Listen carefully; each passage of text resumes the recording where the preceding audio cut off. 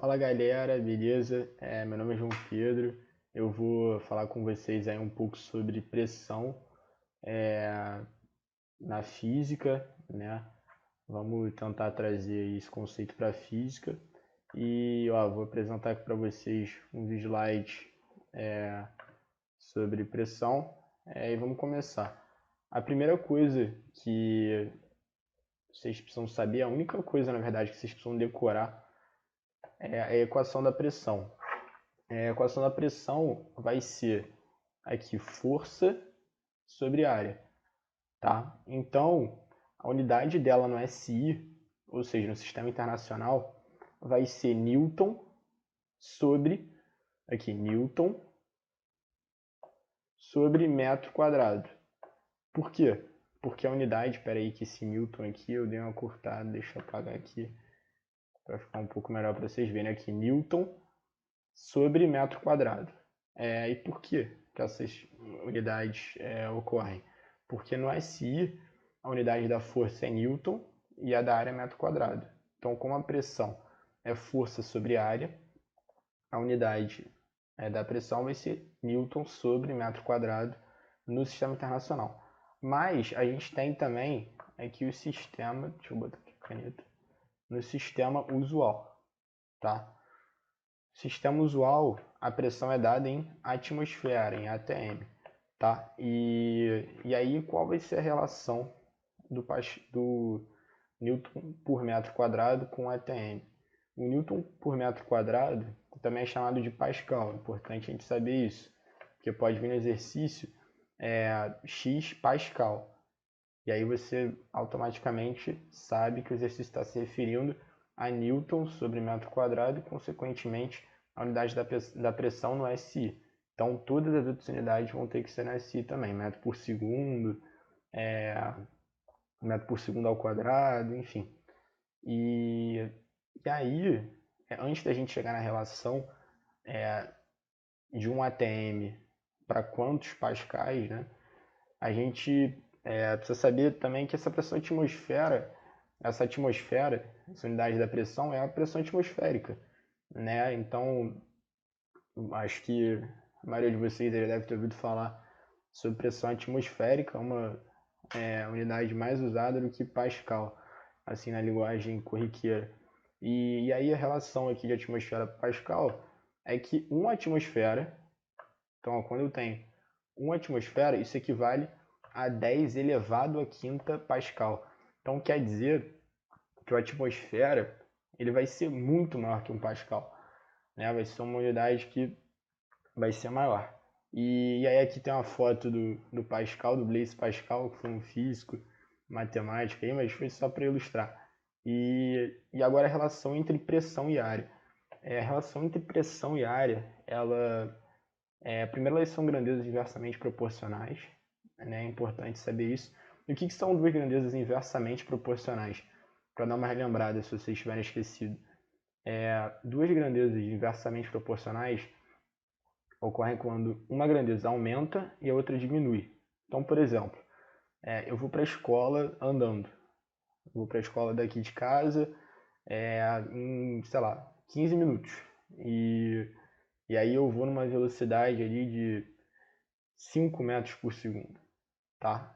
E aí, pô, um dia eu acordei atrasado, preciso ir rápido, e aí eu acabo indo em 10, uma velocidade de 10 metros por segundo. Muito rápido, né? Mas, enfim. Aí, se eu vou nessa velocidade maior do que 5 metros por segundo, eu vou num tempo menor. Ou seja, se eu aumento a velocidade, eu diminuo o tempo. Então, são grandezas inversamente proporcionais. E a mesma coisa acontece com pressão e área. Para ficar mais fácil de você entender, eu vou voltar aqui para o primeiro slide.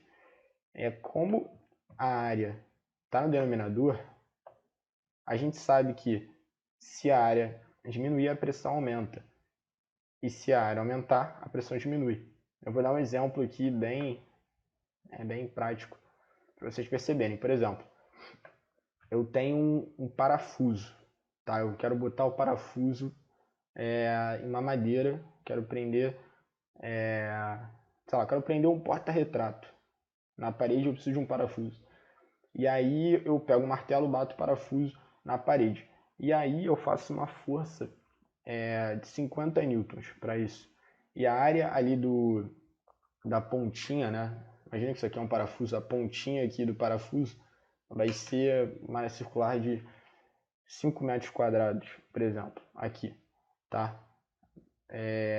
Fiz uma força de 50 newtons e uma área de 5 metros quadrados. E aí o que vai acontecer? Como a pressão é força sobre área, então a gente sabe que como a força é 50 newtons e como a área é 5 metros ao quadrado, a gente sabe que a pressão é 50, tá? Sobre 5, que vai dar 10. Beleza, 10 newtons sobre metro quadrado, ou 10 pascal, tanto faz. Aí, um outro exemplo, eu faço a mesma força de 50 newtons sobre o parafuso, só que agora é outro parafuso com uma área circular maior, de 10 metros quadrados. Então, como essa área é maior, eu vou ter uma pressão menor, ou seja, pressão igual a força sobre a área. Então, a pressão vai ser 50 newtons, que é a força que eu apliquei, sobre 10 metros quadrados, que isso vai dar 5 newtons sobre metro quadrado. Então, a gente vê aqui que essa pressão ela vai ser menor do que essa, tá? E essa pressão aqui, tá? P1, vamos dar o nome aqui de P1. P1 vai ser menor do que P2, tá? Só que a área 1 vai ser maior do que a área 2, tá? Então, espero que vocês tenham entendido essa relação aqui de pressão e área, que é bem importante para vocês fixarem melhor. Eu vou dar dois exemplos, um do trator, tá? Que é bem comum, acho que vocês já devem ter percebido que o pneu de um trator ele é muito grande, né? A roda é gigantesca. E por que isso? Porque a gente vê aqui que o trator está passando no meio de uma fazenda. Aqui tem várias plantações e tal. E, cara, você não pode estragar essa plantação. Então, o que você faz? Você precisa fazer o mínimo de pressão possível para você não, assim, arrasar o solo, né? E aí, para isso, como a pressão é inversamente proporcional à área, se eu preciso fazer pouca pressão, a área precisa ser grande. Então, a área do trator, a área do pneu do trator, vai ser muito grande, tá? Então, é por isso que as rodas são gigantescas, para não prejudicar a plantação, para não fazer uma pressão muito grande. E aí a gente vai ter esses parafusos aqui. Esse aqui, ó, parafuso 1 e o parafuso 2. E aí, um parafuso, eu pego o parafuso 1 e o parafuso 2, pego o martelo, bato ele na parede. E aí o que vai acontecer? Tá vendo essa parte aqui, ó, no parafuso? Essa pontinha é muito menor do que essa parte aqui. Então, como essa área é menor, a pressão que vai ser feita se eu colocar essa área em contato com a parede vai ser muito maior do que a pressão que vai ser feita se eu colocar essa parte aqui na parede. Então, o que acontece? O parafuso, né, a parte que entra em contato com a parede é essa, que ela vai ter uma área menor, vai ter uma pressão maior, e com isso o parafuso vai conseguir penetrar na parede, vai conseguir prender o que você quiser, tá? Então, ó, essa primeira parte aí da aula a gente matou. Espero que vocês tenham entendido. É bem tranquilo e é bem interessante também você fazer essas aplicações com a realidade. E aí agora vamos ver essa segunda parte, que é a pressão da coluna de um fluido. Tá? A primeira coisa, o que é um fluido?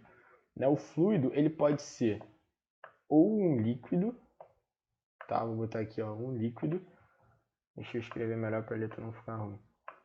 Ou um líquido ou um gás, tá?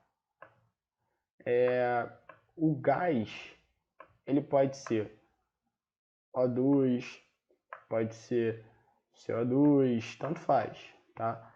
Qualquer gás é um fluido. E líquido pode ser uma água, por exemplo.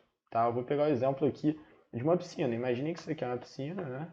Difícil uma piscina ter o formato de um cilindro, mas foi o que eu consegui. Imagine aí uma piscina grande. E aí a gente vai ter a pressão que essa coluna de água que está aqui, ó, que está em todo cilindro, essa pressão que esse fluido faz aqui no fundo do recipiente. Ó, essas setas estão indicando, ó, que fazem a pressão que essa coluna de fluido faz no fundo desse recipiente, tá? E aí vai ser dada como a gente já sabe, pressão vai ser igual a força sobre área, beleza? E aí a gente vai ter que dar uma desmembrada nessa equação para a gente chegar numa fórmula que é como normalmente o exercício pede, que é dando densidade, dando profundidade, não dando a força ou a área. Tá? Então vamos lá. Primeiro a gente sabe que a força ela vai ser igual a massa vezes a aceleração. No caso, a aceleração aqui é a aceleração da gravidade. Então é G. Tá? Aqui o exercício vai dar, né? Se for um exercício normal vai ser 10, né? Só se for uma piscina na Lua, que a gravidade vai ser diferente, ou em Marte, mas isso não vai acontecer, então a gravidade vai ser sempre 10.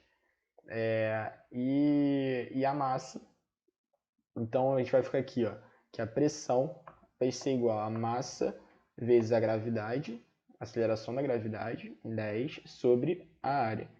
Tá? E qual é a área?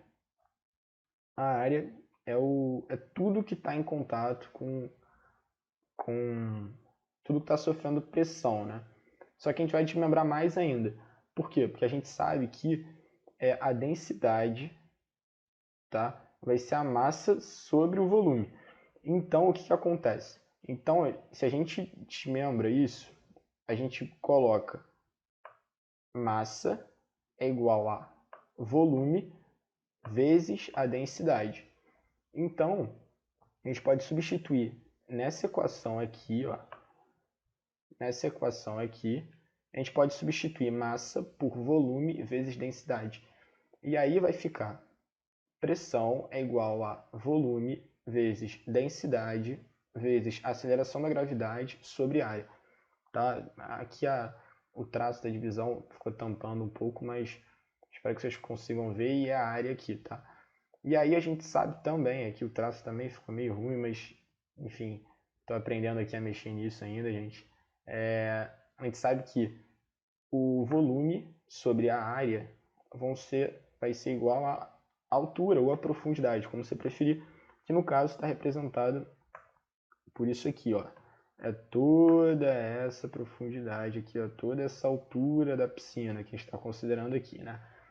E aí, cara, a gente vai ficar, então, com pressão é igual a densidade vezes aceleração da gravidade vezes profundidade, tá? E aqui, ó, a densidade vai ser a densidade do fluido. Então, se eu estou falando de uma piscina, vai ser a densidade da água, ou seja, 1. A aceleração da gravidade normalmente vai ser 10, tá? Mas isso não se preocupem. E a profundidade? A profundidade vai ser a altura. Aqui, tá? Então, ó, vamos aqui para esse outro caso, que é quando a gente tem um ponto, por exemplo, a gente tem aqui um ponto A, tá? Esse ponto A aqui em vermelho.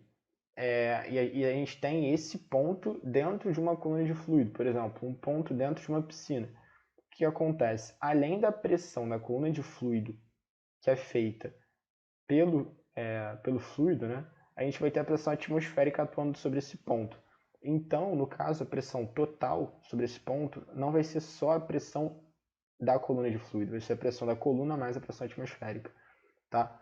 Então aqui, ó, sobre esse ponto, a gente vai ter a pressão da coluna de fluido, que vai ser a densidade do fluido, tá? Vezes a aceleração da gravidade, vezes a altura, tá? E a altura, é bom, assim, a gente ratificar aqui que a altura não é a altura do recipiente todo. A altura ela vai ser a altura do ponto, do topo do recipiente até o ponto. Então, no caso, é essa altura aqui. Eu estou representando aqui, tá? E aí, a pressão atmosférica é interessante a gente saber que 1 atmosfera é igual a 10 a quinta Pascal. E outra relação importante também que o exercício pode te cobrar é que uma atmosfera, ou seja, uma pressão atmosférica, é equivalente à pressão feita por uma coluna de fluido de 10 metros. Tá? Então, isso pode ser cobrado aí, que 10 metros de uma coluna de fluido, tá? Equivale a a pressão, né, feita em uma coluna de fluido com 10 metros, equivale a 1 atm. Minha letra aqui tá ficando meio ruim, mas acho que dá para entender um pouquinho, né? Mas enfim, gente, é isso. É o que eu tinha planejado para falar hoje. Espero aí que todo mundo tenha entendido tudo e qualquer coisa aí que vocês precisarem, pode mandar mensagem, pode tirar dúvida que eu vou tirar com o maior prazer. Beleza? Valeu, gente. Fiquem bem aí. Tamo junto.